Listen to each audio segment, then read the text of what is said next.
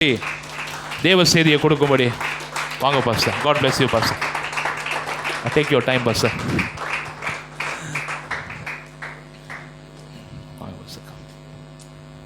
கர்த்தர் நல்லவர். ஹல்லேலூயா. Thank you Jesus. ஹல்லேலூயா. ஸ்தோத்திரம் ஆண்டவரே. கண்களை மூடி கர்த்தருடைய சமூகத்தில் நம்மை ஒப்பு கொடுத்து ஆண்டவர்கிட்ட சொல்லுவோம், ஆண்டவரே இந்த காலவெளியில் என்னோடு கூட இடைப்படுவீராக. ஹல்லேலூயா. நாம் ஆராதிக்கிற தேவன் அவர் நம்மோடு கூட பேசுகிற தேவனாக இருக்கிறார். நாம் ஆராதிக்கிற தேவன் மரித்தேன் ஆனாலும் சதா காலங்களிலும் உயிரோடு கூட இருக்கிறேன் என்று சொன்ன தேவன். ஹல்லேலூயா. 2000 வருடங்களுக்கு முன்பதாக இந்த நாட்களிலே தான் ஆண்டவர் நமக்காக சிலுவையிலே தன்னுடைய ஜீவனை கொடுத்து அவர் மரித்து போன ஞாயிற்றுக்கிழமை அதை நாம் துல்லியமாய் பேசி கொண்டு இருந்தோம். 2 பேர் ஸ்திரீகள் அந்த கல்லறை அண்டையில் வருகின்றார்கள். வந்து பார்க்கும் பொழுது அங்கே இருக்கிற ஒரு தூதன் சொன்னார், நீங்கள் தேடுகிற இயேசு இங்கே இல்லை, அவர் சொன்னபடியே உயிர் தெழுந்தார். வேதம் சொல்லுகின்றது, He has resurrected as he said. அவர் சொன்னபடியே உயிர் தெழுந்தார். அவர் சொன்னபடி நடக்கும்.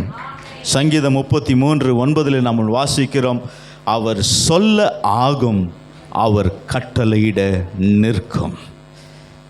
இன்றைக்கும் ஆண்டுடைய வார்த்தை நமக்கு நேராக வரும் பொழுது அந்த வார்த்தையானது ஆம் என்றும் ஆமென் என்றும் நம்முடைய வாழ்க்கையில் பதிலை கொண்டு வருகிறதா இருக்கும். அதை அப்படியே பெற்றுக்கொள்ளுங்க. Receive that word. ரீமா ரகதானா ஷேபே ரஹந்தர பௌரதனாமா. ஏசுவின் நாமத்தினால் ஆண்டவரே ஒவ்வொரு வார்த்தையும் எங்களுக்கு சொந்தமாகட்டும். ஆண்டவரே கர்த்தர் எங்களோடு கூட பேசுவீராக. உம்முடைய வார்த்தை ஜீவனும் வல்லமை உள்ளதாக இருக்கிறது என்று வேதம் சொல்லுகின்றது. Father, we pray this morning, Lord, your word will penetrate into our spirits, God. Your word will penetrate into our hearts, Lord Master. ஆண்டவரே உம்முடைய வார்த்தையானது எங்களுக்குள்ளே உருவ பாய்ந்து வருவதாக. ஹல்லேலூயா. வார்த்தைக்கு எதிர்த்து வருகின்ற அத்தனை வல்லமைகளையும் இயேசுவின் நாமத்தினாலே கட்டுகிறோம். இயேசுவின் நாமத்தினாலே கட்டுகிறோம். Every distractions ரீமே ரக தியந்தர பௌரதனா. ஹல்லேலூயா. இந்த வார்த்தைகள் நல்ல நிலத்தில் விழுகின்ற விதையை போல எங்களுடைய ஒவ்வொரு உள்ளங்களையும் நல்ல நிலமாய் கர்த்தர் மாற்றும். கர்த்தர் மாற்றும் மாற்றும் மாற்றும். ஹல்லேலூயா. Every environment change ஆகட்டும் இயேசுவின் நாமத்தினால். ஆண்டவரே இங்கு இருக்கின்ற சூழ்நிலை மாறுவதாக. ஹல்லேலூயா. Father, we command, this is your sanctuary, God. உம்முடைய sanctuary ஆண்டவரே ஓ தேவ மகிமைக்குள்ள மாற்றப்படட்டும் ஆண்டவரே. ரீமா ரக தியந்தர பௌரதனா. Hallelujah. I pray the angels will take charge over this place. தூதர்கள் அசைவாடுவார்களாக. ரீமே ரக தியந்தர பௌரதனா. Glory glory glory glory glory. வேதம் சொல்லுகின்றது, நிறைவானது வரும் பொழுது குறைகள் எல்லாம் விலகும். When the fullness comes, all the insufficiency, எல்லா குறைகள் இயேசுவின் நாமத்தினாலே விலகுகிறது. Oh, the presence of God is covering you. The hand of God is touching you this morning. கர்த்தருடைய கரங்களை தொடுகிறது. Receive it, sister. சகோதரனை பெற்றுக்கொள், சகோதரியை பெற்றுக்கொள். கர்த்தருடைய கரம் உங்கள் மேல் வருகின்றது. I can see the mighty hand of God coming down. Oh Rafah Baba Rafah ஷேகே ரக தியந்தர பௌரதனமா.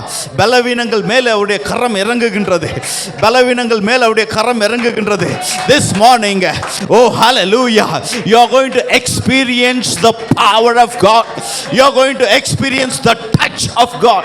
கர்த்தருடைய தொடுதலை உணர்கின்றீர்கள். Come on come on come on, receive it receive it receive it. இயேசுவின் நாமத்தினாலே பலவீனங்கள் மறைகின்றது. பலவீனங்கள் மறைகின்றது. பலவீனங்கள் மறைகின்றது. ரீமே ரக தியந்தர பௌ உரபா லபா ரபா ஷபா பாபா பாபா. ஹல்லேலூயா. ஸ்பைனல் கார்ட்ல யாரோ ஒருவருக்கு பின்னால அந்த முதுகு எலும்புக்குள்ள தேவனுடைய வல்லமை இறங்குகின்றது. You had a severe pain. ரீமே ரக தியந்தர பௌரதனா. Glory glory glory. Come on, test it. ஓ சோதித்து பாருங்க. ஒரு பலன். You can see, you can feel the warmth. ஒரு சூடான ஒரு உணர்வை உணர்கின்றீர்கள். ரிகோ ரக தந்தர பௌஷபா பாபா பாபா. புதுபலன் புதுபலன் புதுபலன் இயேசுவின் நாமத்தினாலே. Thank you Holy Spirit. Thank you Holy Spirit. Thank you for your touch this morning, God. Hallelujah. தேவனுடைய ஆலயத்தில் தேவன் எழுந்தருளியிருக்கிறார் என்று வேதம் சொல்லுகின்றது. God stood in his congregation. அவர் எழுந்திருக்கிறார் என்றார், அவர் செயல்படுகிறார் என்று சொல்லி அர்த்தம். ஹalleluya, ஹalleluya. கர்த்தர் எழும்புகிறார் என்றார், he is working, he is in action. அவர் செயல்படுகிறார். Thank you Holy Spirit. ஓ உமக்கு நன்றி செலுத்துகிறோம் ஆண்டவரே. Thank you. Thank you Jesus. I could sense his presence so thick in this place. Glory, glory, glory. அவர் இருக்கும்போது நமக்கு வேலை இல்லை. Come on, be soaked in his presence. Be soaked in his presence. எந்த நேரத்தில் என்ன வேணும்னா நடக்கலாம். Glory, glory, glory, glory, glory. Glory, glory, glory. Glory, glory, glory, glory, glory. மரண கட்டுகள் இயேசுவின் நாமத்தினால் உடைகின்றன. A death chain, ஒரு மரண கட்டு. ரிகா ரகதந்தர பௌர் ஷெபே Baba Baba Baba Baba. Your fire, your fire. ரீமே ரகந்தர பௌ ஷபா Baba Baba Baba. I can see a darkest chain breaking in the name of Jesus of Nazareth. Rekendara bauradana. Hallelujah, hallelujah, hallelujah. Thank you Father. Thank you Father. உமக்கு நன்றி செலுத்துகிறோம். Thank you. Thank you Jesus. Glory. நீர் வந்தால் சூழ்நிலை மாறுமே, முடியாததும் சாத்தியமாகுமே. நீர் வந்தா. Thank you for your presence. Thank you, thank you, thank you. You are here.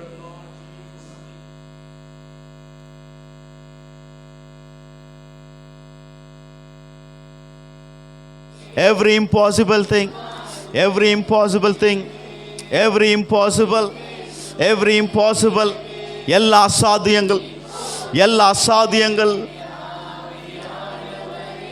Glory. Rima mama radana shaba baba baba baba baba. Reke ragadandara bau shaba baba baba.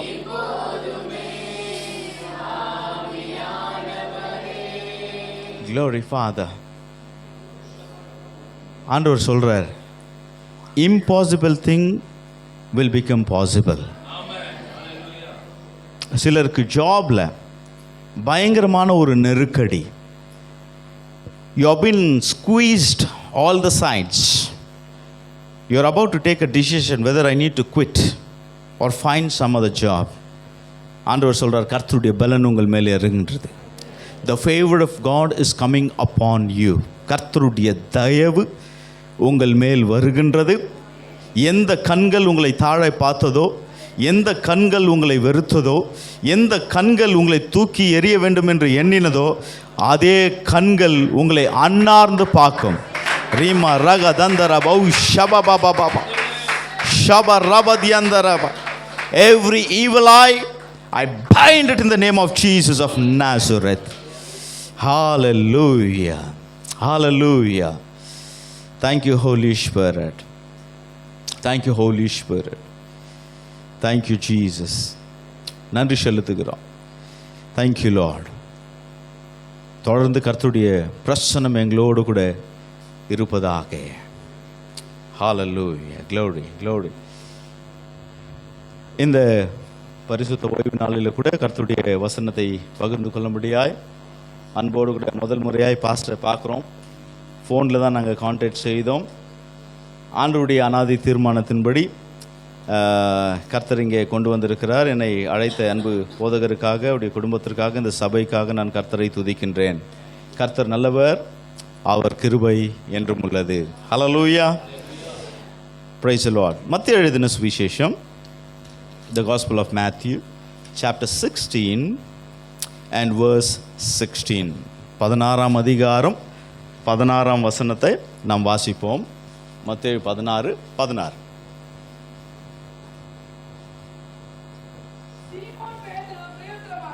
சீமோன் பேதுரு பிரதியுத்தரமாக,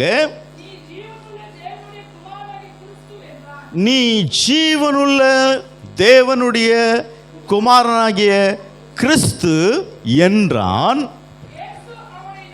இயேசு அவனை நோக்கி, யோனாவின் குமாரனாகிய சீமோனே, நீ பாக்கியவான், மாம்சமும் இரத்தமும் இதை உனக்கு வெளிப்படுத்தவில்லை, பரலோகத்தில் இருக்கின்ற என் பிதா இதை உனக்கு வெளிப்படுத்தினார் என்றான். போதும். ஆண்டவராகிய இயேசு இந்த இடத்துல ஒரு கேள்வியை கேட்கின்றார். Whom does the men say that the Son of Man I am? மனுஷகுமாரனாகிய என்னை குறித்து ஜனங்கள் என்ன சொல்லுகின்றார்கள்? நல்லா கவனிங்க. அப்பொழுது ஆண்டவரோடு கூட இருந்த சிஷ்யர்கள், எத்தனை சிஷ்யர் இருந்தாங்களாம்? 12 பேர். அதில் மற்றவர்கள் ஆண்டவரை பார்த்து சொல்கின்றார்கள், சிலர் உம்மை யோவான் ஸ்நானகன் என்றும், சிலர் எலியா என்றும், சிலர் எரேமியா என்றும், சிலர் தீர்க்கதரிசிகளில் ஒருவர் என்றும் சொல்லுகின்றார்கள். அப்போ நல்லா கவனிங்க. அப்போ ஆண்டவர் தம்முடைய சீஷர்களை பார்த்து முதல்ல என்ன கேட்டார்? இங்க இருக்கின்ற மனிதர்கள் என்னை குறித்து என்ன சொல்லுகின்றார்கள்? அப்போ உம்மை குறித்து ஜனங்களுக்கு இருக்கின்ற அறிவு, you are one among the profits. இப்போ அந்த லிஸ்ட்ல வர அத்தனை பேரும் பார்த்தீங்களா, எல்லா தீர்க்கதரிசிகள் தான். யோவான் ஸ்நானகன் ஒரு தீர்க்கதரிசி, எரேமியா ஒரு தீர்க்கதரிசி, எலியா ஒரு தீர்க்கதரிசி. ஆனால் ஆண்டவர் உடனடியாக தம்மோடு கூட இருந்த சீஷர்களை பார்த்து கேட்கின்றார், நீங்கள் என்னை குறித்து என்ன சொல்லுகின்றீர்கள்? இப்போ ஆண்டவர் என்ன எதிர்பார்க்கிறார் அப்படின்னு சொல்லி நீங்கள் பார்த்தீங்கன்னா, உலகம் ஆண்டவரை குறித்து என்ன அறிந்து கொண்டிருக்கின்றதோ அது வேற. உலகம் ஆண்டவரை குறித்து இவர் ஒரு தீர்க்கதரிசி என்று சொல்லலாம், அல்லது ஒரு வெளிநாட்டின் கடவுள் என்று சொல்லலாம், அல்லது இஸ்ரவேலிலே வாழ்ந்த ஒரு தீர்க்கதரிசி என்று சொல்லலாம். உலகம் பல கண்ணோட்டத்தோடு கூட இயேசுவை பார்க்கும். நல்லா கவனிங்க. ஆனால் ஆண்டவர் தம்மோடு கூட இருந்த, ஆண்டவர் செலக்ட் பண்ணின அந்த சீடர்களை பார்த்து ஒரு கேள்வியை கேட்டார், நீங்கள் என்ன சொல்லுகின்றீர்கள்? நல்லா கவனிங்க.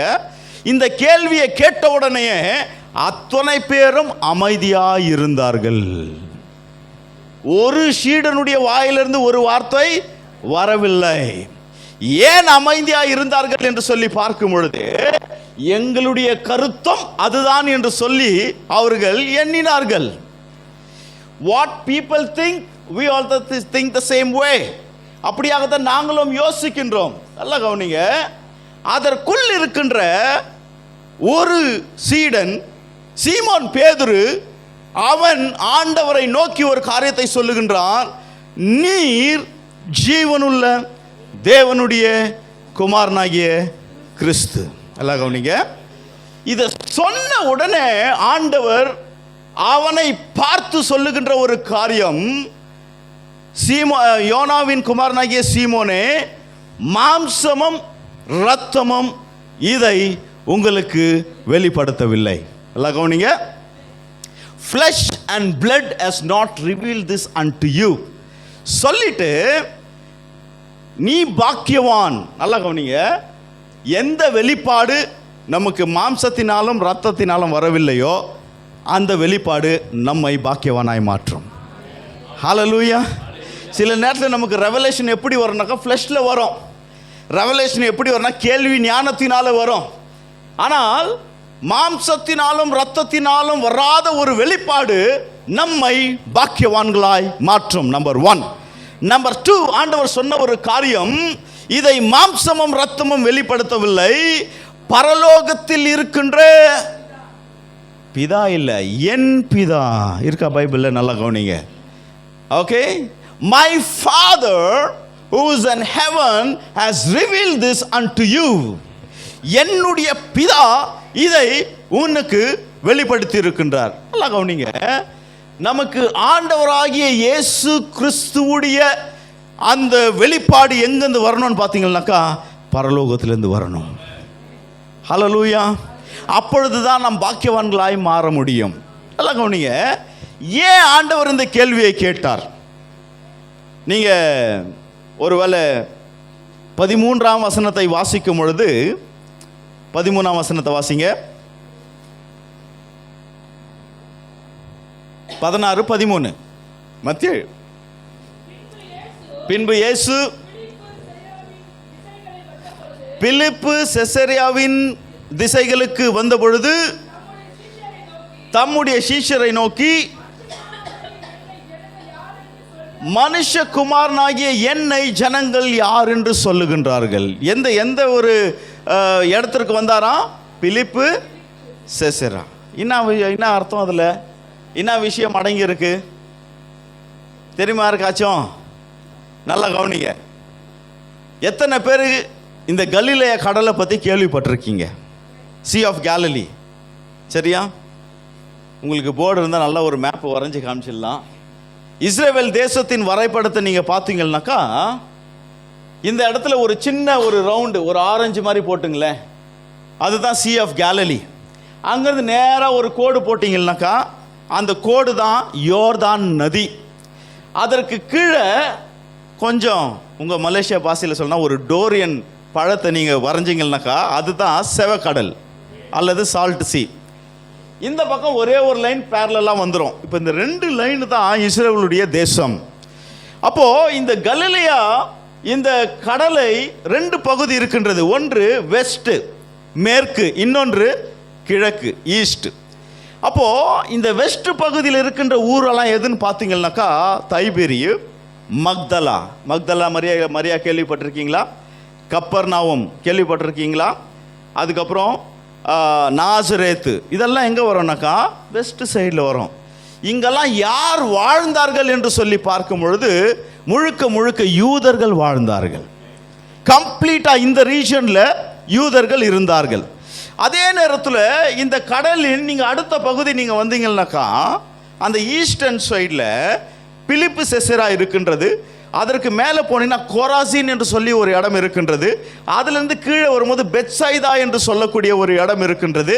இந்த பகுதிகளில் யார் வாழ்ந்தார்கள் அப்படின்னு சொல்லி பார்த்தீங்கன்னாக்கா கிரேக்கர்களும் யூதர்களும் ரோமர்களும் கலவையாய் அவர்கள் அந்த இடத்துல வாழ்ந்து வந்தார்கள். நல்லா கவனிக்கணும். அப்போது அந்த இடத்துல நடந்த ஆராதனை வழிபாடு வித்தியாசமாக இருந்தது. அப்போ இந்த கிரேக்கர்களும் ரோமர்களும் சேர்ந்து 3 விதமான தெய்வங்களை வணங்கி வந்தார்கள். அதில் முதலாவது தெய்வம், அதற்கு பெயர் பாக்கஸ் என்று சொல்லி.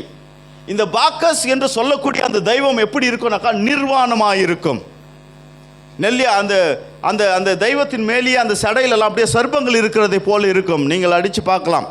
அதுக்கப்புறம் மோலக் என்று சொல்லி ஒரு தெய்வம். இந்த மோலக்கை பழைய ஏற்பாட்டிலே நம்ம பார்ப்போம். சிறு பிள்ளைகளை பலி கொடுப்பார்கள் அந்த தெய்வத்திற்கு. அதற்கப்புறம் பான் என்று சொல்லக்கூடிய ஒரு தெய்வம். ஆங்கிலத்தில் பயத்திற்கு என்ன வார்த்தை தெரியுமா?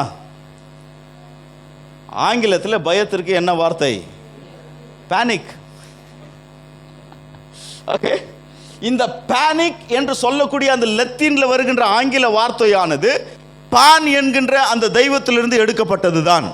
இப்போ இந்த 3 தெய்வங்களும் ஆராதனையின் வழிபாடு ஒரே மாதிரியாக இருந்தது, ஒரே சிமிலாரிட்டியாக இருந்தது. என்ன என்று சொல்லி பார்க்கும் பொழுது அரை நிர்வாணமும் நல்ல குடிப்பதும், அதுக்கப்புறம் உள்ள அந்த புகைகளை போட்டு அந்த புகைக்குள்ளே போய் அவர்கள் ஆராதனை செய்வார்கள். அதற்குள்ளே போகும்போதே ஒரு விதமான பயம் அவர்களை ஆக்கிரமிக்கும்.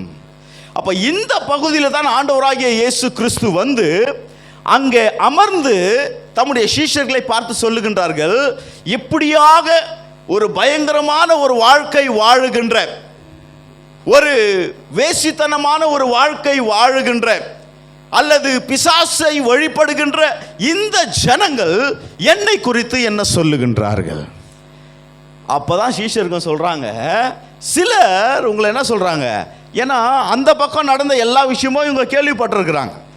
அதனால தான் நீங்கள் பார்த்தீங்கன்னாக்கா ஆண்டவராகிய இயேசு இந்த கடலை கடந்து வரும்பொழுது தான் குகையில் இருக்கின்ற ஒரு பிசாசு பிடித்த மனிதனை பார்க்கின்றார்.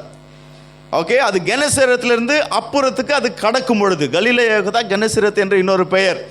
அங்கே வரும் பொழுது அந்த லேகியோனை பார்த்து ஆண்டவர் அதற்கு கட்டளையிடும் பொழுது அந்த பிசாசுகள் சொல்லுகின்றது, எங்களை என்ன செய்யும், பன்றிகளுக்குள்ளே அனுப்பிவிடும். பன்றிகள் எப்படி வந்தது? யூதர்கள் பன்றிகளை வளர்ப்பது கிடையாது.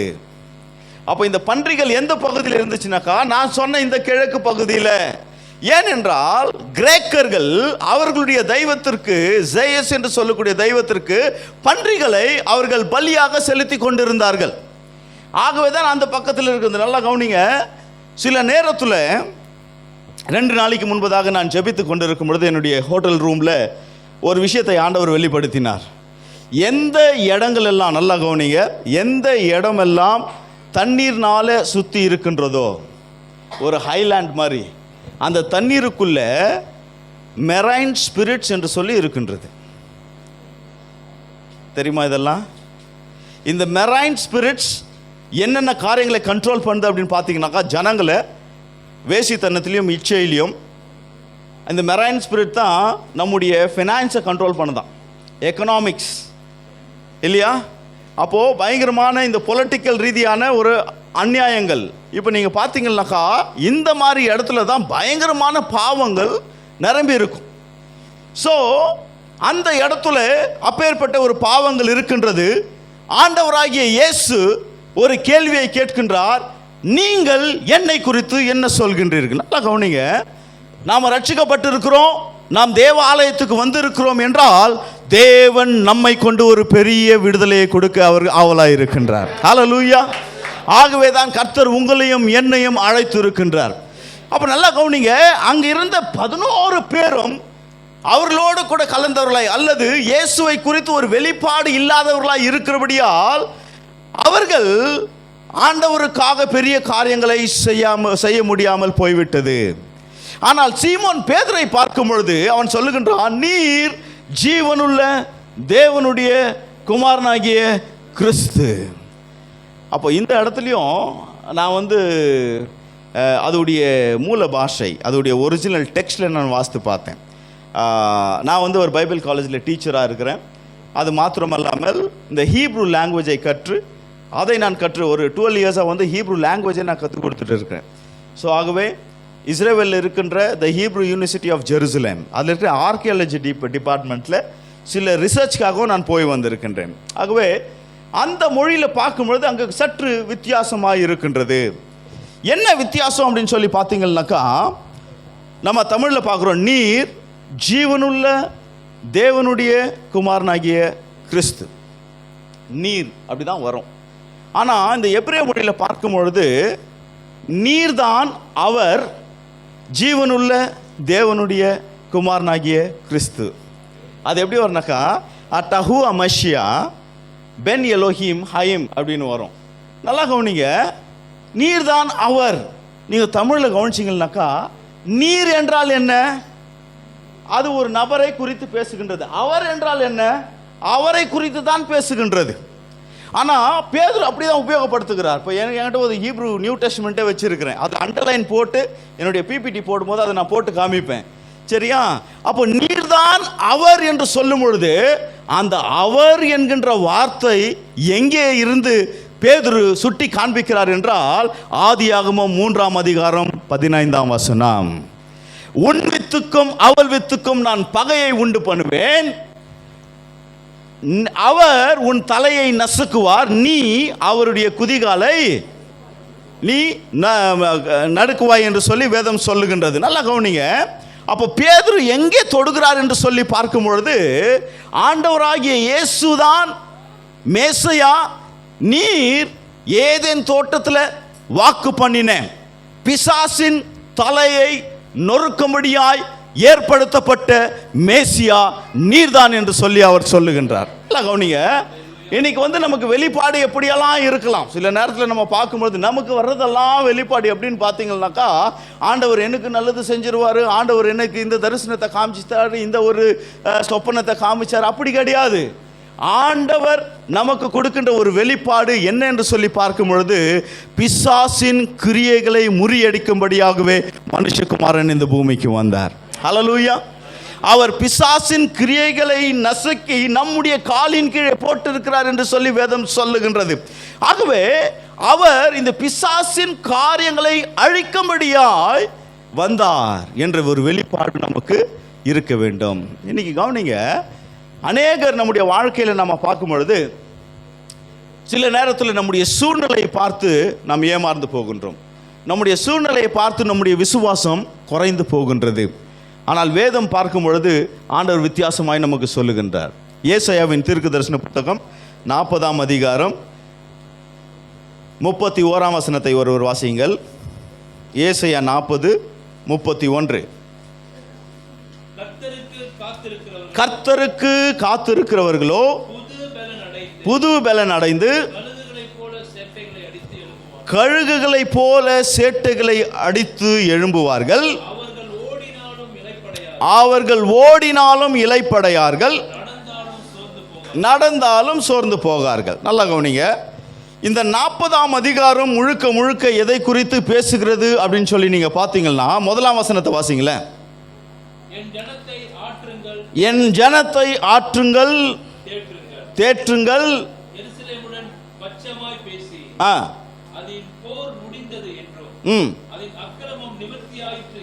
சரி. அப்போ இந்த வசனம் எப்படி ஆரம்பிக்கிறது என்று சொல்லி பார்க்கும் பொழுது, என் ஜனத்தை ஆற்றுங்கள், தேற்றுங்கள். எப்படியா? எருசலேமில் இருந்து அந்த போர் முடிந்தது என்று சொல்லி அவர்களுக்கு சொல்லுங்கள். அப்போ ஜனங்கள் எப்படி இருக்கிறாங்க? ஒரு கலக்கத்தோடு கூட இருக்கிறாங்க, ஒரு அச்சத்தோடு கூட இருக்கிறாங்க, ஒரு போராட்டத்தோடு இருக்கிறாங்க. ஒரு தீர்வு இல்லை.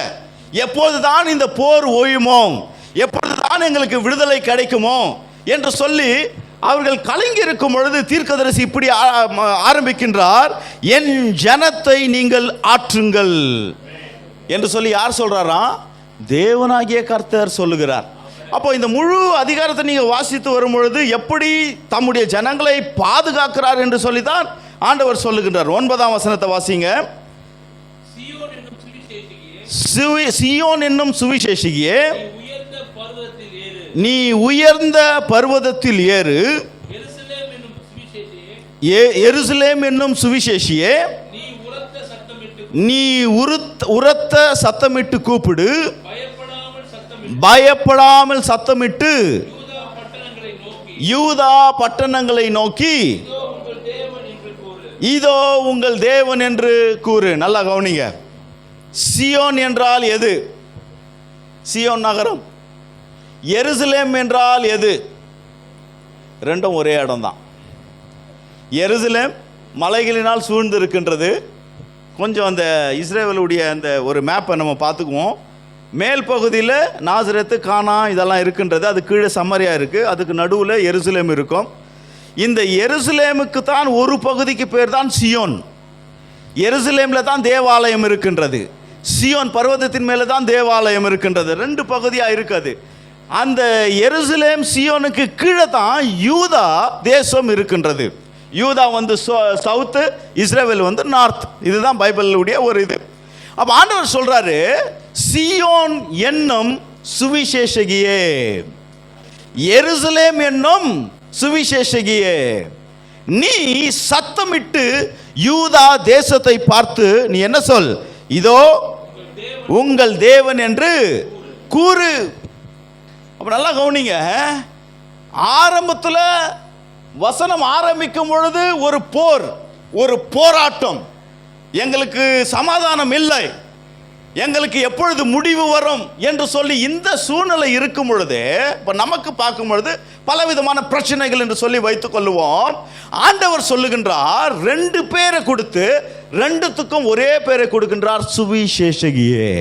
அப்படின்னா ஆண்டவருடைய வார்த்தையை, ஆண்டவருடைய நற்செய்தியை நீங்கள் அறிக்கை செய்யும் பொழுது ஆண்டவர் அங்கு வெற்றியை கொடுக்கின்றவராய் இருக்கின்றார்.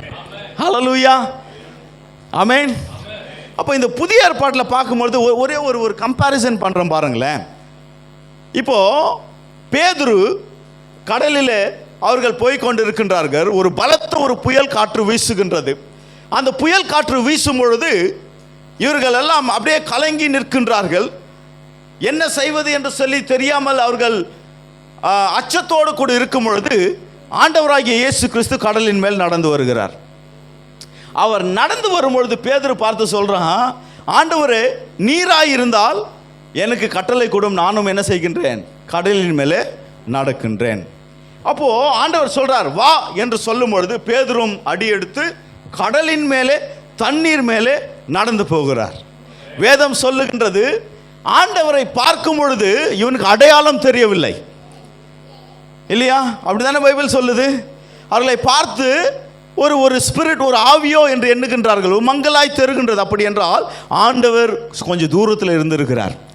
அப்போ ஆண்டவர் கொடுத்த அந்த கட்டளை பேரில் இவன் நடக்கும் பொழுது அவன் பார்த்தீங்கன்னாக்கா கொஞ்சம் தூரம், வெகு தூரம் அவன் நடந்து விட்டான்.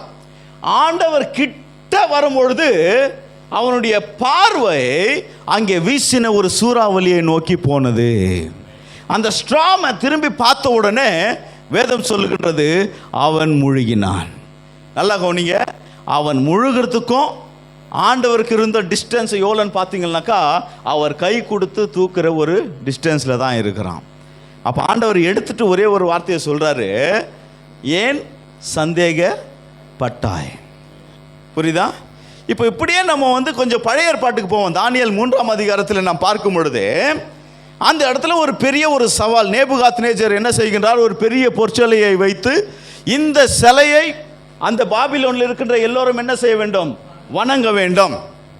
அப்போ அந்த இடத்துல 3 கர்த்தருடைய ஊழியக்காரர்கள், சாத்ராக், மேஷாக், ஆபத்நேகு, இந்த 3 பேரும் என்ன சொல்கின்றார்கள், நாங்கள் இந்த சிலையை ஆராதிக்க மாட்டோம்.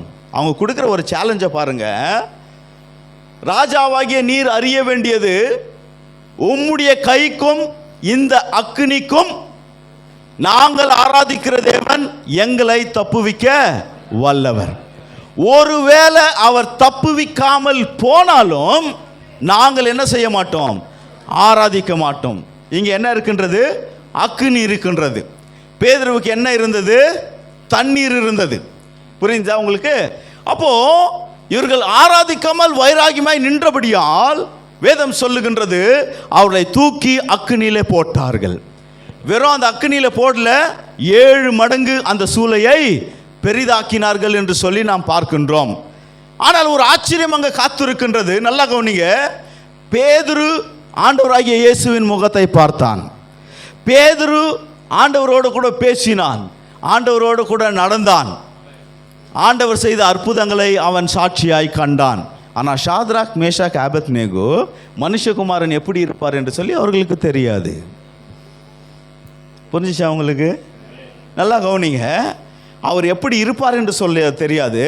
ஆனால் வசனத்தை அறிந்தார்கள், நாங்கள் ஆராதிக்கிற தெய்வம் எங்களை காப்பாற்றுவார், காப்பாற்றாமல் போனாலும் நாங்கள் இந்த அந்நிய தெய்வத்திற்கு பணிய மாட்டோம். இதுதான் அவங்களுக்குள்ள இருந்த வைராகியம். நல்லா கவனிங்க, ஆண்டவரை பார்த்தது கிடையாது, முகசாயில இவர்கள் கண்டது கிடையாது. ஆனால் அக்னியில இருக்கும் பொழுது இவர்கள் பார்க்கவில்லை. எனக்கு தெரியல, பைபிளில் ஒருவேளை சாத்ராக், மேஷாக், ஆபத்நேகோ அவர்களை பார்த்து ஆண்டவரே மேசியா வந்து விட்டாரே என்று கேட்டதாக அங்கே ஒரு குறிப்பே கிடையாது.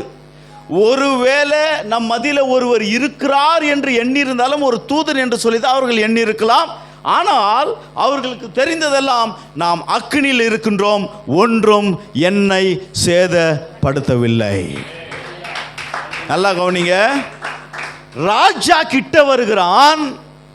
சாத்ராக், மேஷாக், ஆபத்நேகோவை பொறுத்த வரைக்கும் நாம் தேவனை நம்பினோம், அக்னியில வீசப்பட்டோம், ஆனால் ஒன்றும் எங்களை சேதப்படுத்தவில்லை. ஆனால் ராஜா பார்க்கும் பொழுது 3 பேர் அல்லவா நாங்கள் உள்ளே போட்டோம், 4வது நபர் தேவனுடைய சாயலாக அங்கே உலாவுகின்றாரே. நல்லா கவனிங்க. அப்ப நம்முடைய வாழ்க்கையில நாம் பிரச்சனைக்குள்ளே போகும் பொழுது, போராட்டங்களுக்குள்ள போகும் பொழுது, நாம் கண்டாலும் காணாவிட்டாலும் தேவன் நம்மோடு கூட இருக்கிறார். ஹல்லேலூயா. அந்த ஒரு விசுவாசம் தான் நமக்கு வேணும். நடந்தாலும் நடக்காவிட்டாலும் நான் ஆராதிக்கிற தேவன் வல்லவர், என்னை காப்பாற்ற வல்லவராயிருக்கிறார். ஆகவேதான் பவுல் சொல்லுகின்றார், நான் விசுவாசிக்கிறவர் இன்னார் என்று நான் அறிந்திருக்கின்றேன். ஆனால் பேதுருவுடைய லைஃப்பில் பார்க்கும் பொழுது எல்லாவற்றையும் பார்த்து அந்த புயல், நல்லா கவனிங்க, நம்முடைய வாழ்க்கையில் ஆண்டவருடைய முகத்தை நாம் நோக்கி பார்த்தோமே ஆனால் ஆண்டவர் நம்முடைய தலையை நிமிரச் செய்வார். அதுதான் விசுவாசம். ஆனால் நாம் இருக்கின்ற சூழ்நிலையை நாம் நோக்கி பார்க்கும் பொழுது, ஆகவே தான் ஜெபிக்கிற வேளத்தில் ஒரு காரியத்தை ஆண்டவர் சொன்னார், இம்பாசிபிள் திங், பயங்கரமான நெருக்கம் நமக்கு வரும். ஏனென்றால் பிசாசானவன் எவனை விழுங்கலாமே என்று கர்ஜிக்கிற சிங்கத்தை போல அவன் வகை தேடுகிறான் என்று சொல்லி வேதம் சொல்லுகின்றது. கர்த்தருக்காக நாம் நிற்கும் பொழுது அவன் பிரச்சனைகளை கொண்டு வருவான், அவன் சோதனைகளை கொண்டு வருவான். பிசாசுக்கு பேரே என்னன்னு பார்த்தீங்களா, சோதனைக்காரன். ஆனால் அதை எப்படி வெல்லுவது என்று சொல்லி பார்க்கும் பொழுது இயேசு கிறிஸ்து யார் என்கின்ற அந்த வெளிப்பாடு நமக்குள் இருக்கும் பொழுது ஆண்டவர் சொல்லுகின்றார், அந்த வெளிப்பாட்டு உங்களை பாக்கியவான்களாய் மாற்றிவிடும். அந்த வெளிப்பாடு உங்களுடைய வாழ்க்கையை ஆசீர்வாதமாய் மாற்றிவிடும் என்று சொல்லி வேதம் சொல்லுகின்றது. அப்போ நல்லா கவனிங்க, இந்த இடத்துல என் ஜனங்களை தேற்றுங்கள் என்று சொல்லுகின்றார். நடுவில் வரும் பொழுது சியோனே இருக்குன்னு, யாரு தேற்றப்பட வேண்டிய சியோன், தேற்றப்பட வேண்டிய எருசலேம், நீ என்ன செய், கர்த்தரே கர்த்தரே என்று சொல்லி உரத்த சத்தமாய் அவர்களுக்கு நீ சுவிசேஷத்தை அறிவி. சில நேரத்தில் நம்ம நினைக்கிறோம், நாங்கள் இப்போ தான் கொஞ்சம் நல்லா என்ன ஒரு வேலை கிடைச்சிருக்கு, ஜாபு கிடைச்சிருக்கு, நாங்கள் எல்லாத்தையும் கொஞ்சம் சேர்த்து வச்சு அதுக்கப்புறம் ஊழியம் செய்கிறோம். அப்படி பார்த்தீங்கன்னாக்கா உன் ஆயுசு நாட்களே முடிஞ்சிடும். ஆமென். ஆண்டவராகிய இயேசு சொன்னார், முதலாவது தேவனுடைய ராஜ்யத்தையும் அவருடைய நீதியும் தேடுங்கள். நமக்கு ஒரு சீக்ரெட் அதுதான். யோவான் 15:16 வாசித்தீங்கன்னாக்கா வேதம் சொல்லுகின்றது, நீங்களா என்னை தெரிந்து கொள்ளவில்லை, நான் உங்களை தெரிந்து கொண்டு நீங்கள் புறப்பட்டு போய் மிகுந்த கனிகளை கொடுக்குவோம், அந்த கனியில் நிலைத்திருக்கும்படியாக உம்மை நான் ஏற்படுத்தினேன் என்று சொல்லி ஆண்டவர் சொல்றார். I have chosen you and I have appointed you so that you may bear fruit and you may be rooted in the fruit. புரியுதா? அப்போ ஆண்டவர் நம்மை தெரிந்திருக்கும் பொழுது ஆண்டவர் நம்மை ஏற்படுத்தி இருக்கிறார், அப்பாயிண்ட் பண்ணி இருக்கிறார் என்று சொல்லி வேதம் சொல்லுகின்றது. அப்போ நம்முடைய வாழ்க்கையில் ஃபர்ஸ்ட் ஸ்டெப்பு, நம்முடைய பிளெஸிங், நம்ம அடுத்த லெவலுக்கு போகிறது எங்கன்னு பார்த்தீங்கன்னாக்கா ஆண்டவருடைய அன்பை நாம் மற்றவர்களுக்கு சொல்கிறதுனால. அப்போ இந்த அன்பை எப்படி நாம் பகிர்ந்து கொள்கிறோம்? அவரை அறியாத வரைக்கும் நம்மால் என்ன செய்ய முடியாது, அவரை நம்ம மற்றவர்களுக்கு கொடுக்க முடியாது. நான் பைபிள் காலேஜில் எப்பவுமே ஒரு காரியத்தை சொல்வது உண்டு, what I own I can give to somebody. இந்த பெண்ணு என்னதான் இருந்தால் நான் என்ன பண்ண முடியும், அதை மற்றவங்களுக்கு கொடுக்க முடியும் இல்லையா? இப்போ பாஸ்டருடைய பெண் எடுத்து நான் கொடுக்க முடியாது. புரியுதா உங்களுக்கு? அப்போ ஆண்டவராகிய இயேசுவை நாம் சொந்தமாக்கி கொண்டா, அதே மாதிரி தான் ஆண்டவருடைய வார்த்தையும், இந்த வார்த்தையை நாம் சொந்தமாக்கி கொள்ள வேண்டும். Make the word your own. கர்த்தருடைய வசனத்தை உங்களுக்கு சொந்தமாய் மாற்றிக்கொள்ளுங்க. அது உங்களுக்கு சொந்தமாய் மாறிவிட வேண்டும், உங்களுடைய சொத்தாய் மாறிவிட வேண்டும். அப்பொழுது அந்த வசனத்தை, அந்த வார்த்தையை கொடுக்கும் பொழுது அந்த இடத்துல விடுதலை உண்டாகும். ஹல்லேலூயா. ஆகவே தான் வேதம் சொல்லுகின்றது, ஆண்டவர் சொல்லுகின்றார், நான் என்னுடைய வார்த்தையை அனுப்பி என்ன செய்வேன், உன்னை சுகமாக்குவேன். அப்போ என்ன செய்யணுமா, சியோனே எருசலேமே சுவிசேஷத்தை கம்பீர சத்தத்தோடு கூட சொல்லு, கர்த்தர் உண்டு என்று நீ சொல்லு என்று சொல்றாரா? அதோடைய முடிவில் தான் கடைசி வசனத்தில் என்ன சொல்றாருன்னு பார்த்தீங்கன்னாக்கா, கர்த்தருக்கு காத்திரு 29 வாசிங்களேன். நல்ல சோர்ந்து போகிறவனுக்கு அவன் பலத்தை கொடுத்து, எப்படி சத்துவம் இல்லாதவனுக்கு சத்துவத்தை கொடுத்து, இளைஞர் இலைப்படைந்து சோர்ந்து போவார்கள்,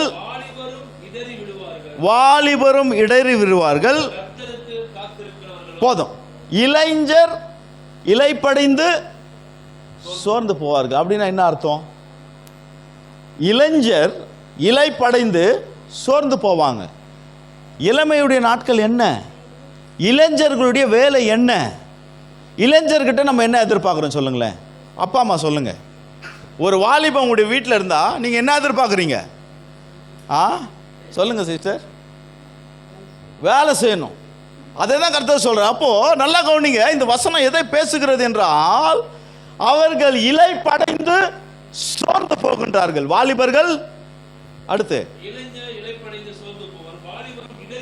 வாலிபரும் இடறி விழுவார்கள். இப்போ இந்த காரியம் எதை குறிக்க தெரியுமா? சில நேரத்தில் நம்ம அந்த 31ஆம் வசனத்தை வாசிக்கும் பொழுது நம்ம என்ன நினைக்கிறோம் அப்படின்னு பார்த்தீங்கன்னாக்கா, கர்த்தருக்கு காத்திருப்பது அப்படின்னு சொல்லும் பொழுது ஒரு ஜபம்.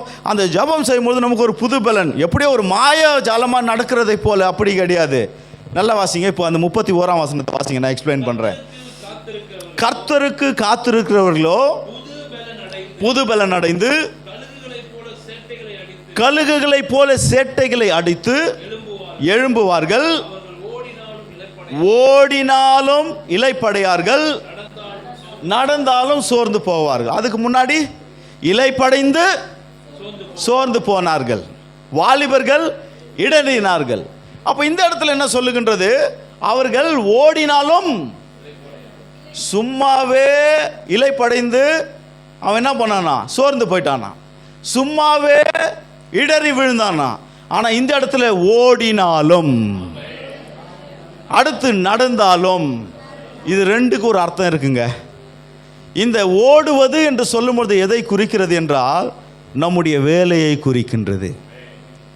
ஜாப், நம்முடைய குடும்பத்தின் மேலே நமக்கு இருக்கின்ற பொறுப்பு, ரெஸ்பான்சிபிலிட்டியை குறிக்கின்றது. ஆகவே தான் ஓடி ஓடி உழைக்கணும் அப்படின்னு சொல்லி ஒரு பாட்டை கூட பாட்டானுங்க பழைசா தமிழில், இல்லையா? அப்போ ஓடுவது நம்முடைய ஃபேமிலி, நம்முடைய வேலை, நம்முடைய ஆதாயம், வருமானம், நம்முடைய உழைப்பு, குடும்பத்தை கவனிக்க வேண்டிய ஒரு காரியம். நடப்பது என்று சொல்லக்கூடியது அது தேவனோடு கூட நடப்பது, தட் இஸ் ஸ்பிரிச்சுவல். நல்லா கவனிங்க. இப்போ நம்முடைய வாழ்க்கையில் நாம் ஓடியும் என்ன பண்ண முடியறதில்லை, நமக்கு ஓட முடியாமல் நம்ம இலைப்படுகிறதுனால நாம் தேவனோடு கூட என்ன பண்ணுறோம்? நடக்காமல் போகின்றோம். இதுதான் அதோடைய அர்த்தம். இளைஞர்கள் இலைப்படைந்து சோர்ந்து போகிறாங்க. அப்போ நல்லா கவனிங்க, நமக்கு ஒரு சரியான வேலை, நம்முடைய குடும்பம், இதெல்லாம் சரியாக நம்மால் நடத்த முடியாத பட்சத்தில் கர்த்தருடைய வேலையை நம்மால் செய்ய முடியறதில்ல. கர்த்தருடைய வேலையை நாம் அசதியாய் செய்கின்றோம், இல்லையா? அப்போது பிசாசானவன் எதற்கு கிறிஸ்தவர்களை டார்கெட் பண்ணுறான் அப்படின்னு சொல்லி பார்த்தீங்கன்னாக்கா, ஒரே ஒரு காரியம் தான், ஏனென்றால் தேவனுடைய ராஜ்யம் கட்டப்படுகிறது என்று சொல்லி. புரியுதா உங்களுக்கு? அப்போ ஆண்டவர் சொல்கிறார், இப்போ தீர்க்கதரிசிக்கிட்ட ஆண்டவர் ஒரு தரிசனத்தை கொடுக்குறார்.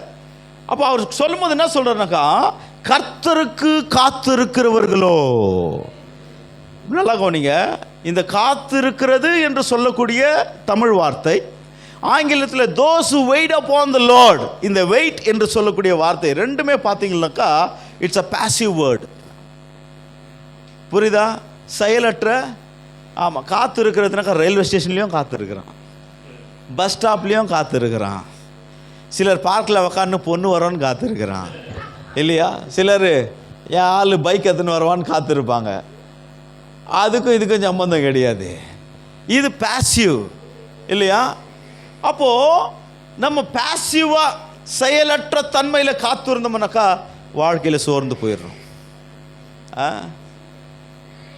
சில நேரத்தில் ட்ரெயினுக்காக காத்திருப்போம், 8 மணிக்கு வரணும், லேட் ஆகுது, 5 நிமிஷம் பொறுக்க முடியும், 10 நிமிஷம் பொறுக்க முடியும். அதுக்கு மேலே ஆச்சுனாக்கா சோர்ந்தே போயிடும். என்னடா இது வருமா வராதா?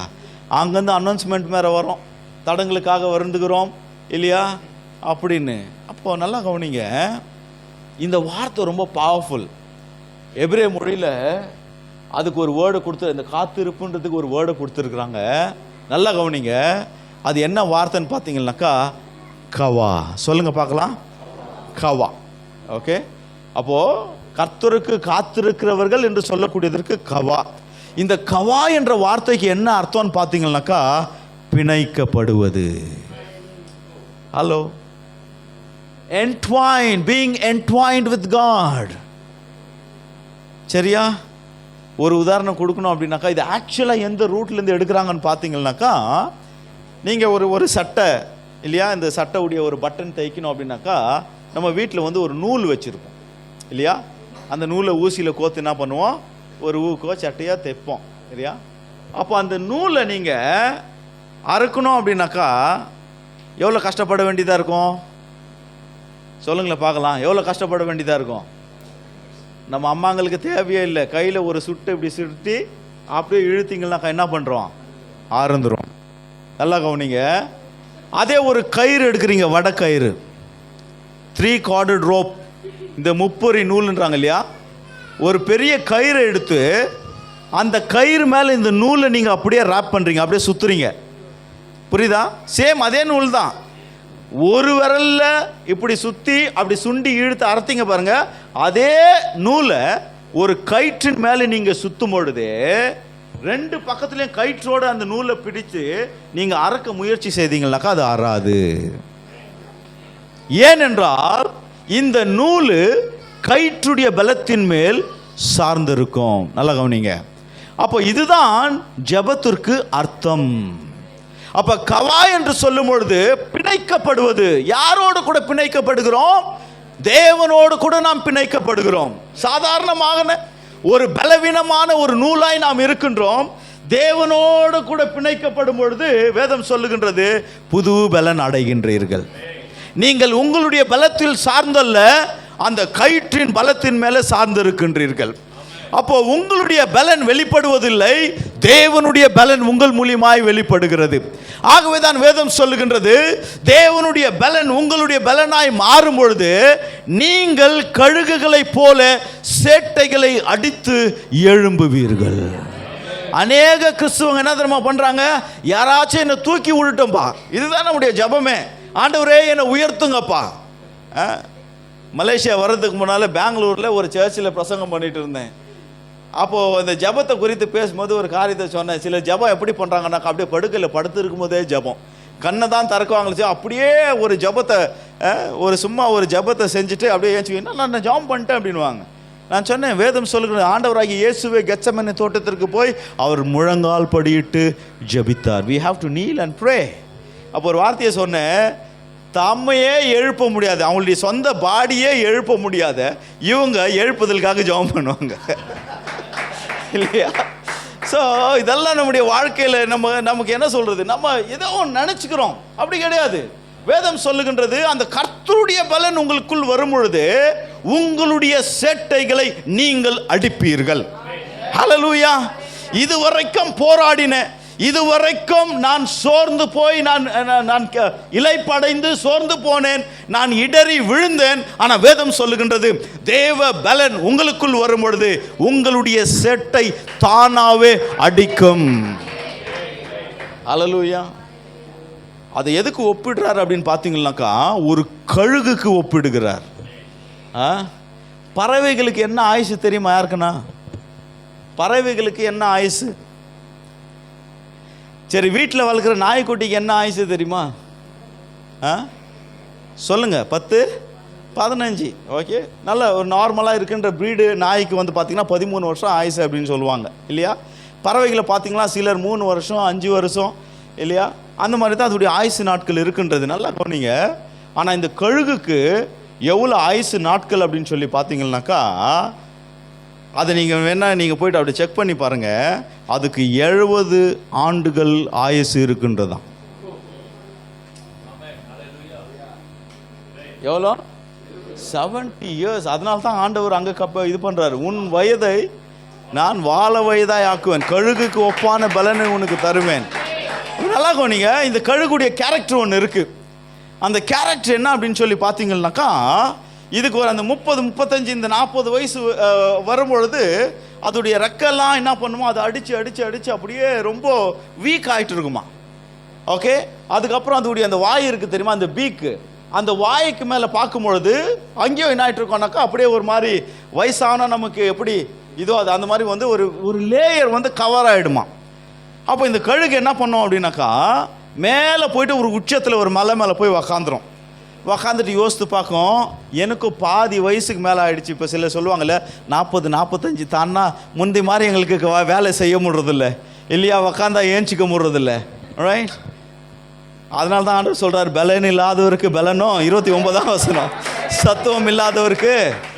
ஆமாம், நமக்கு எல்லாம் என்னென்ன பலன் தேவையோ எல்லாம் கர்த்தரோடு கூட நம்ம ஒன்றா இருந்தால் நம்மளால் ஓட முடியும். பழைய ஏற்பாட்டில் தாவீது அதான் சொல்லிட்டாரு, உன் கால்களை மான் கால்களை போல் ஆக்குவேன். இந்த கழுகு கதை சொல்கிறேன் கேளுங்க. இது என்ன பண்ணுவான், மேலே போய் உக்காந்துட்டு எனக்கும் இப்படி ஆயிடுச்சு, மற்றவங்க வந்து உதவி செய்ய முடியாது பாருங்களேன் அந்த இடத்துல. அப்போ இந்த கழுகு என்ன பண்ணுவான், நானே ஏதாவது ஒரு காரியத்தை செய்ய வேண்டும் என்று சொல்லி மேலே பீக்கில் போய் உக்காருது தெரியுமா.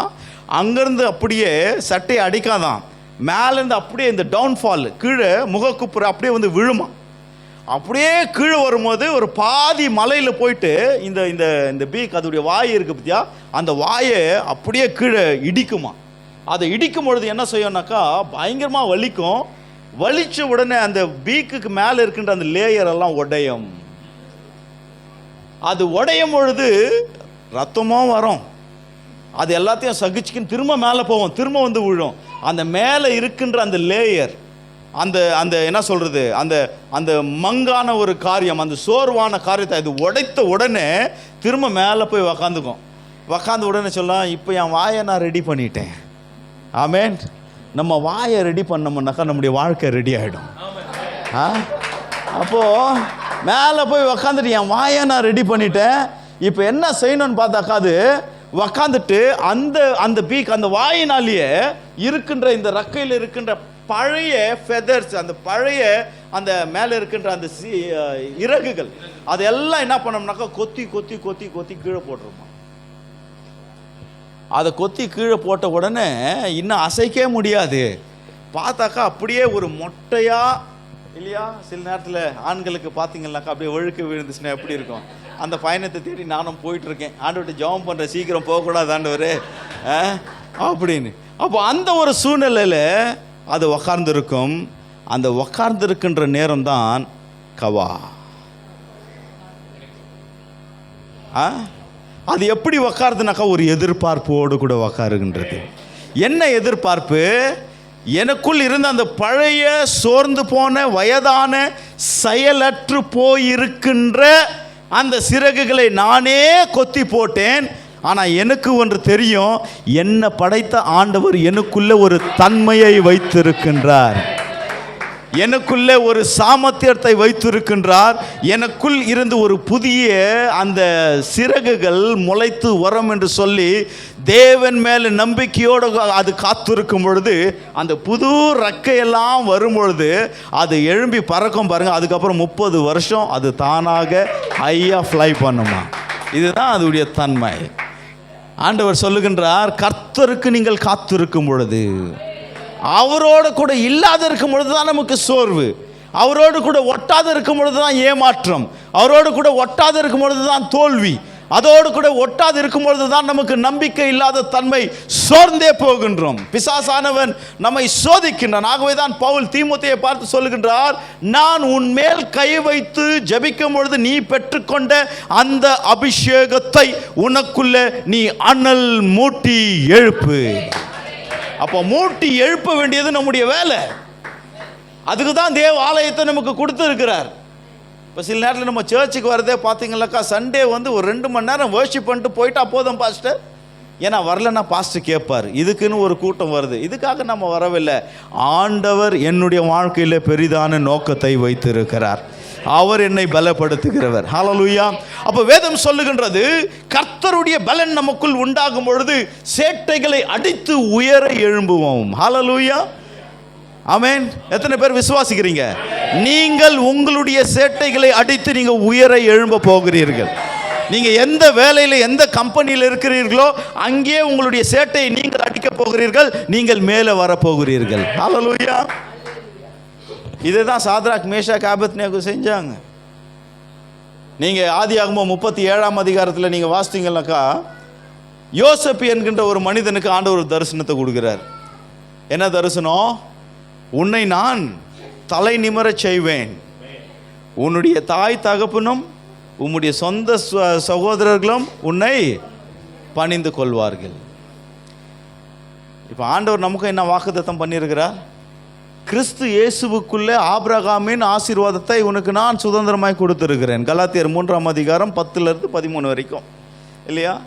சில நேரத்தில் நம்ம ஆசீர்வாதத்தை பெற்றாலும் தரிசனத்தை பெற்றாலும் நமக்கு உலகத்தில் ஆபத்தாய் விளங்கும். புரியுதா உங்களுக்கு? If God blesses you, people will hate you. வசனம் வேணுமா? யோவான் 17ஆம் அதிகாரம், யோவான் 17ஆம் அதிகாரம் அதில்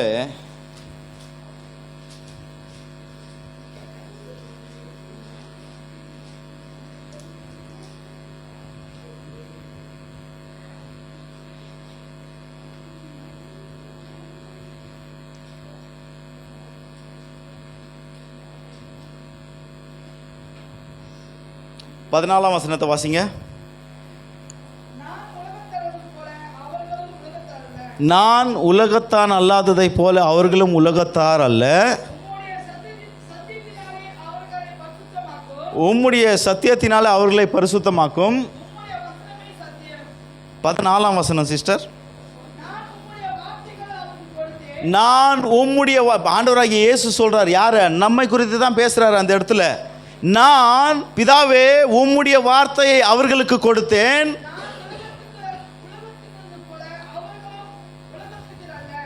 நான் உலகத்தான் அல்லாததை போல அவர்களும் உலகத்தார் அல்ல, அல்லாதவர்கள்.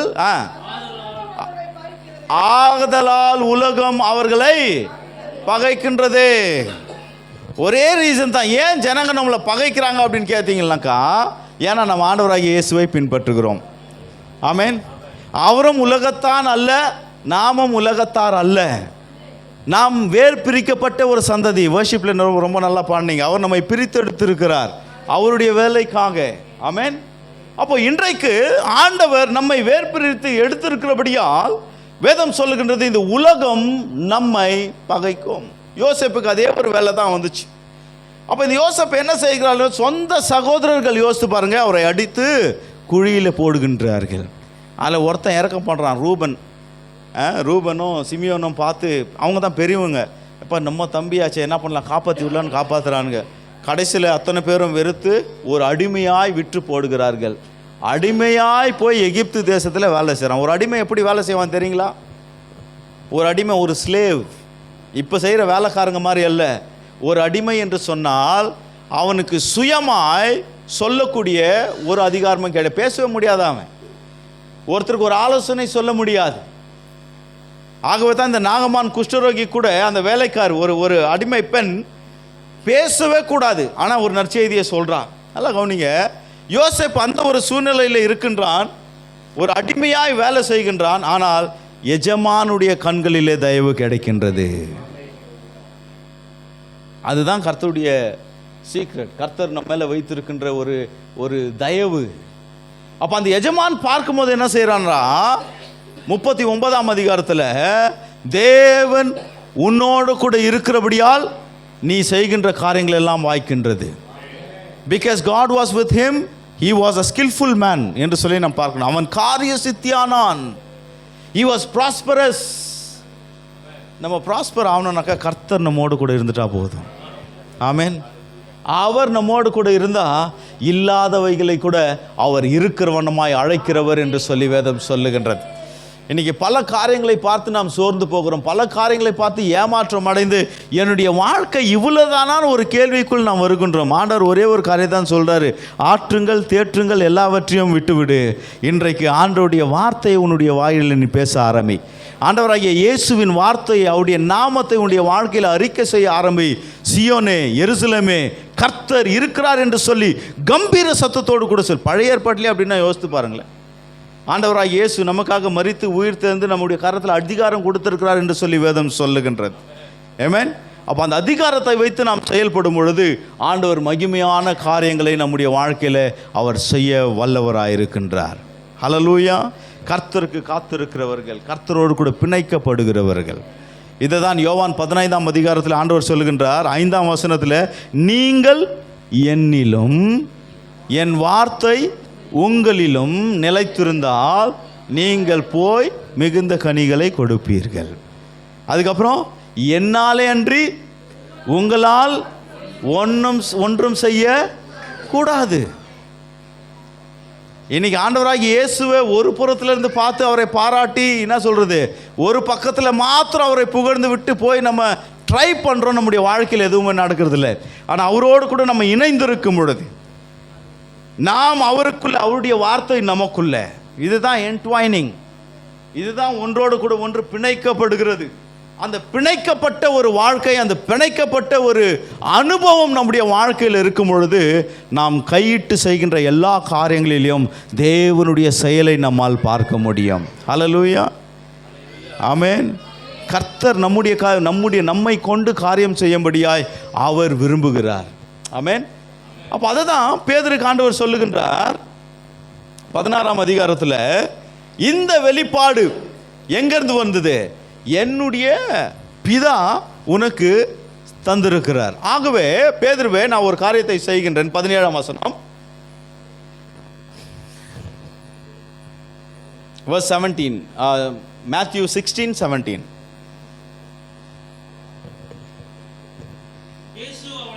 அவனை நோக்கி,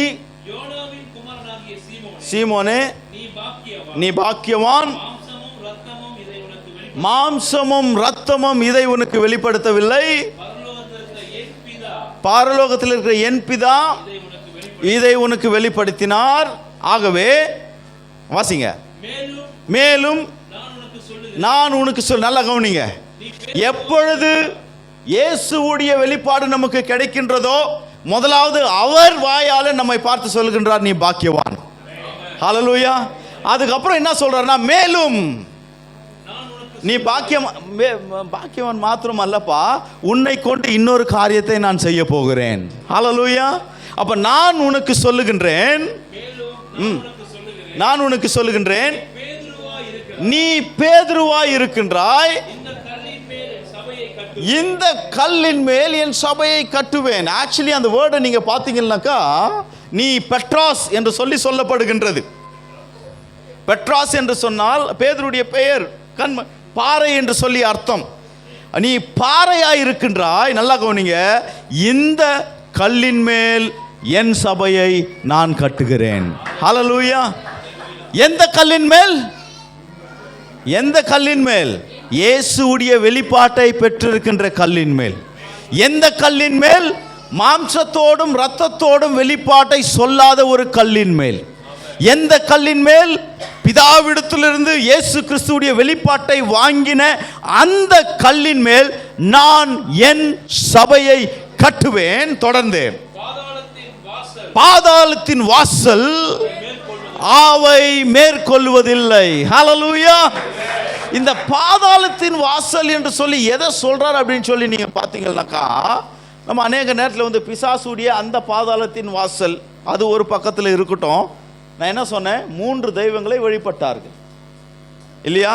குகைகளுக்குள்ள ஆராதித்தார்கள், குடித்து வெறித்து ஆராதித்தார்கள், வேசித்தனம் செய்து ஆராதித்தார்கள். உள்ள பார்க்கும்போது இன்னும் அநேக காரியங்கள் அங்கே இருக்கு. அதை வச்சு ஒரு செமினாரை நான் எடுத்திருக்கிறேன். அப்போ ஆண்டவர் சொல்றாரு, இந்த பாதாளத்தின் வாசல்கள் நான் கட்டுகின்ற சபையை மேற்கொள்ளுவதில்லை. ஹல்லேலூயா, ஹல்லேலூயா. அதுக்கப்புறம் சொல்றாரு, இந்த பூமியின் மேலே நீ எதை கட்டுகிறாயோ பரலோகத்தில் நான் எங்கெங்க இந்த ஒரு விஷயத்தை சொல்லி நான் இன்னைக்கு இந்த காலேஜ் செஷன் முடிக்கிறேன். பரலோகத்தில் நான் எங்க? பரலோகத்தில் எங்கே கட்டப்படும்? தூதர்களையா? ஹலோ சொல்லுங்களேன்.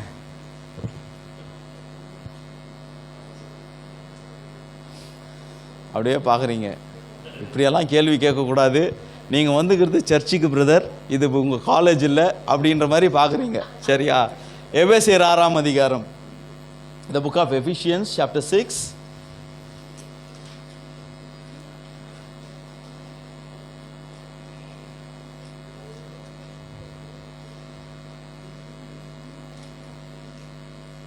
ஆறாம் அதிகாரம்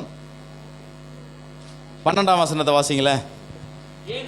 ஏனெனில், நல்லா கவனிங்க, மாம்சத்தோடும் இரத்தத்தோடும் அல்ல, எப்படியா? துரைதனங்களோடும் அதிகாரங்களோடும் இப்பிரபஞ்சத்தின் அந்தகார லோகாதிபதிகளோடும், எப்படியா? வான மண்டலங்களில் உள்ள பொல்லாத ஆவிகளோடும் சேனைகளோடும் நமக்கு போராட்டம் உண்டு. எங்க இருக்கிறதா? மாம்சத்தோட ரத்தத்தோடு நமக்கு யுத்தம் இல்லைப்பா. அங்கேயும் மாம்சம் ரத்தம்னு சொல்கிறாரு, அதெல்லாம் பிரயோஜனம் இல்லாதது. இப்போ பவுல் சொல்கிறாரு, மாம்சத்தோட ரத்தத்தோடு நமக்கு சண்டையே கிடையாது. நம்ம எதிர்த்து ஒருத்தன் வந்து ஒரு சதி திட்டம் செய்கிறான், நம்மளை நாசமாக்கணும்னு நினைக்கிறான் அப்படின்னாக்கா, ஐயா அம்மா, அது அவன் அல்ல, அவனுக்குள் இருக்கிற ஒரு ஆவி. இன்னைக்கு மனிதர்களுக்குள்ள இருக்கின்ற அந்த பிசாசுகளை ஓட்டணும். ஆமாம், இன்னைக்கு எப்படி இருக்குனாக்கா, நாமளே வந்து பிசாசை பார்த்து நாம் பயந்து ஓடிட்டு இருக்கிறோம். மற்றவங்களுக்கு நான் சொல்கிறேன் கேளுங்க, ரொம்ப நல்லா என்ன சொல்கிறது, ஹைலி குவாலிஃபைடாக எஜுகேட்டடாக கோட் சூட்டு போட்டுன்னு ரட்சிக்கப்படாத ஒருத்தர் வரானா, அவனுக்குள்ளும் ஒரு பிசாசு இருக்குது. இதெல்லாம் ஓட்டுனுங்க. அதனால தான் நமக்கு மேலே இருக்கிற சூப்பர்வைசரும் சரி, மேனேஜரும் சரி, எல்லாம் நம்மளை பார்த்து என்ன பண்ணுறாங்க, ஒரு ஆட்டுறாங்க நம்மளை, இல்லையா? அப்போ பவுல் சொல்கிறாரு, மாம்சத்தோட ரத்தத்தோடு நமக்கு யுத்தம் கிடையாது, அரசாங்கத்தோடு நமக்கு யுத்தம் கிடையாது. ஓகே, இந்த ரேஸ் அந்த ரேஸ், இந்த ஜனம் அந்த ஜனம், இந்த சமுதாயம், அவங்களோட கூட நமக்கு யுத்தம் கிடையாது. ஏன்னா அவங்களுக்கு விடுதலை கொடுக்கும்படியாய் தேவன் நம்மை அபிஷேகம் பண்ணியிருக்கிறார். யோசித்து பாருங்களேன், பேதுருவை அந்த பயங்கரமான என்ன சொல்கிறது, இந்த பேனிக்ன்ற வேர்டே அங்கேருந்து வருதுனாக்கா எவ்வளோ பயங்கரமாக இருந்திருக்கும் பாருங்களேன். யோசித்து பார்த்தாவே, இன்றைக்கி ராத்திரி 12 மணிக்கு ஒருத்தன் மந்திரம் செய்கிறான், அந்த கூட்டத்துக்குள்ளே நீங்கள் போனால் எப்படி இருக்கும், அந்த மாதிரி தான். அப்போ பேதுருவை ஆண்டவர் அபிஷேகம் பண்ணி நடத்தும் போது வேதம் சொல்லுகின்றது, அவன் வரான்னு கேள்விப்பட்டவன்னு வியாதிஸ்தரெல்லாம் கொண்டு வந்து உன் நிழல் பட்டா போதுன்னு போட்டாங்களா, அங்கே சுகமானது என்று சொல்லி நாம் பார்க்கின்றோம். ஆமேன். அப்போ இங்கே என்ன இருக்குன்றது, எத்தனை வல்லமை இருக்குது பாருங்களேன். அது ஒன்று சொல்லல, ஏன்னா ஒரு 2 மாதமாக ஆண்டவர் இந்த காரியங்களை வைத்து தான் இடைப்பட்டு கொண்டு இருக்கிறார். நான் துபாயில் இருக்கும்போது இந்த விஷயத்தை நான் பேசினேன். ஏன்னா இதுதான் நம்முடைய வாழ்க்கையில் தடைகளை கொண்டு வருகின்ற வல்லமைகள், இல்லையா? வாசிங்க பார்க்கலாம். மாம்சத்தோட ரத்தத்தோட அல்ல, நல்ல கொண்டு. முதலாவது என்னன்னு பார்த்தீங்கன்னா, துரைதனங்கள், பிரின்சிபாலிட்டிஸ் அப்படின்னு சொல்லி வேதத்தில் பார்க்குறோம். அதோடு கூட நமக்கு யுத்தம் இருக்கின்றது. இதெல்லாம் எங்கே இருக்குன்னு பார்த்தீங்கன்னாக்கா, பூமிக்கும் வானத்துக்கும் ஒரு இடை இருக்கின்றது. அந்த வானத்துக்கும் பூமிக்கும் நடுவில் இருக்கின்ற அந்த இடையில தான் இந்த பிசாசின் கூட்டங்கள் இருக்கின்றது. அதில் நம்பர் 1 துரைதனங்கள், நம்பர் 2 அதிகாரங்கள், பிரபஞ்சத்தின் அந்தகார லோகாதிபதிகளோடும், நம்பர் 3 எப்படி 4வது பார்த்தீங்கன்னா வான மண்டலங்களில் உள்ள பொல்லாத ஆவிகளின் சேனைகளோடும் கூட. புரியுதா உங்களுக்கு?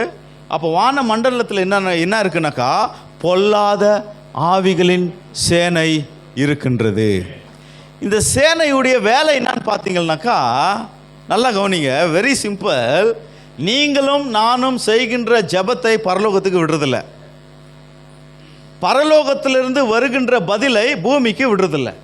இதுதான் இந்த வான மண்டலத்தில் இருக்கின்ற பொல்லாத ஆவிகளின் அந்த சேனைகளுடைய வேலை. நம்ப முடியலையா? தானியேலின் புத்தகத்தில் 9ஆம் அதிகாரத்தில் தானியேல் ஜெபம் பண்ணுறாரு. ஃபர்ஸ்ட் நாள் ஜெபம் பண்ணுறாரு, ஆரம்பிக்கிறாரு. ரொம்ப உற்சாகமான ஒரு ஜபம் போகுது. அதுக்கு முன்னாடி 6ஆம் அதிகாரத்திலேயே 3 வேளை வழக்கத்தின்படி ஜபம் பண்ணி சிங்ககபிக்கு போயிட்டு வெளியே வந்த ஆள் இவர். ஜபம் பண்ணுறாரு, பதில் வரல. 2வது நாள் கண்டினியூ பண்ண, என்ன ஆண்டவரே, எனக்கு நான் வந்து நின்னாவே, ராஜாக்கு முன்னால் நின்னாவே கழியத்தினான் வெளிப்படுத்தினீர், காரிய சொப்பனங்களை வெளிப்படுத்தினீர், இன்னும் பதிலே வரல. கண்டினியூ பண்ணுறாரு. 21 நாள் அந்த ஜபம் நீடிக்கின்றது. 21வது நாள் கப்ரியேல் தூதன் இறங்கி வருகிறார்.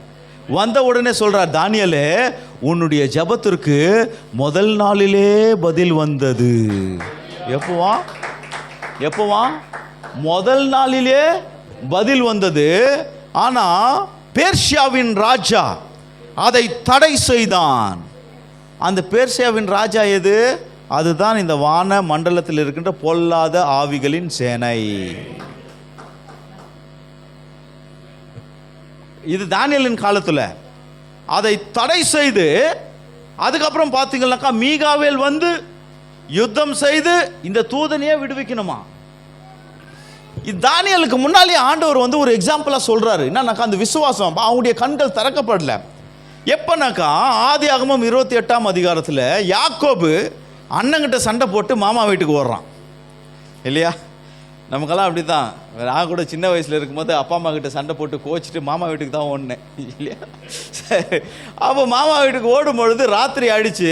பெத்தேல்ன்ற ஒரு இடத்துல என்ன பண்ண படுகிறாரு. படுக்கும் பொழுது ஆண்டவர் ஒரு தரிசனத்தை காண்பிக்கின்றார். அந்த சொப்பனத்தில் என்னன்னாக்கா ஒரு பெரிய ஏணி, பூமிக்கும் வானத்துக்கும் எட்டின ஒரு ஏணி, அதில் தூதர்கள் ஏறுவதும் இறங்குவதும்.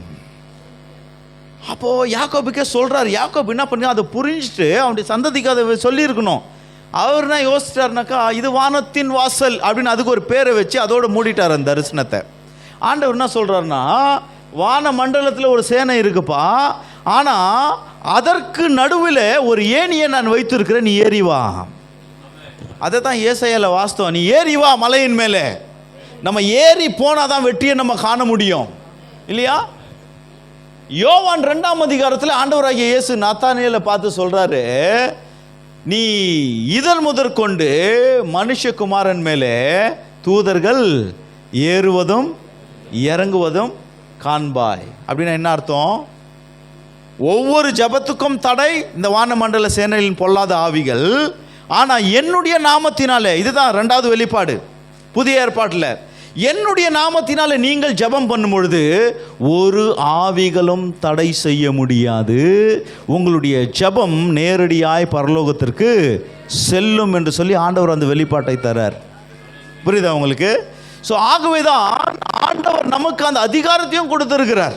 பேதுருக்கிட்ட சொல்றார், நீ இந்த பூமியின் மேலே எதை கட்டுகிறாயோ வானத்திலே கட்டப்படும், எதை கட்டவிழ்க்கின்றாயோ அங்கே கட்டவிழ்க்கப்படும். அப்போ நமக்கு என்ன அதிகாரத்தை கொடுத்திருக்கிறார்? வான மண்டலங்களில் இருக்கின்ற அத்தனை வல்லமைகளை கட்டக்கூடிய ஒரு அதிகாரம், அல்லது அவர்களுக்கு கட்டளையிடக்கூடிய ஒரு அதிகாரத்தை ஆண்டவர் உன்னுடைய கரத்திலையும் என்னுடைய கரத்திலையும் கொடுத்திருக்கிறார். ஹல்லேலூயா, ஆமென். இதுதான் சபைக்குள் இருக்கின்ற ஒரு வல்லமை, இதுதான் சபைக்குள் இருக்கின்ற ஒரு அபிஷேகம், இதுதான் கர்த்தர் சபைக்குள்ளே வைத்து இருக்கின்ற அந்த தேவ மகிமை என்று சொல்லி நாம் பார்க்கின்றோம். ஆமென். அப்போ இதை நம்முடைய வாழ்க்கையில் செயல்படுத்தணும் அப்படின்னு சொல்லி பார்த்தீங்கன்னாக்கா, ஆண்டவராகிய இயேசுவை இன்னும் அறிய வேண்டும், இன்னும் அறிய வேண்டும். எழுந்து நிற்போம் கர்த்தருடைய சமூகத்தில். Thank you father. ஹல்லேலூயா, ஹல்லேலூயா. இந்த அறிவது என்று சொல்லக்கூடியது கேள்வி ஞானத்தினால அல்ல. It is not by knowledge, it is by experience. ஆமென். அது தேவனோடு கூட இருக்கின்ற ஒரு உறவினாலே நாம் அறிந்து கொள்ளுகின்ற ஒரு காரியமாக இருக்கின்றது. Thank you Jesus. எல்லா ஆண்டவருடைய சமூகத்தில் நம்ம ஒப்பு கொடுப்போம். ஆண்டவரே, அந்த வல்லமை எனக்கு இந்த கால வேளையில் வேண்டும் ஆண்டவரே. ஹல்லேலூயா. Glory Father, glory Jesus, glory Lord, glory Lord, glory.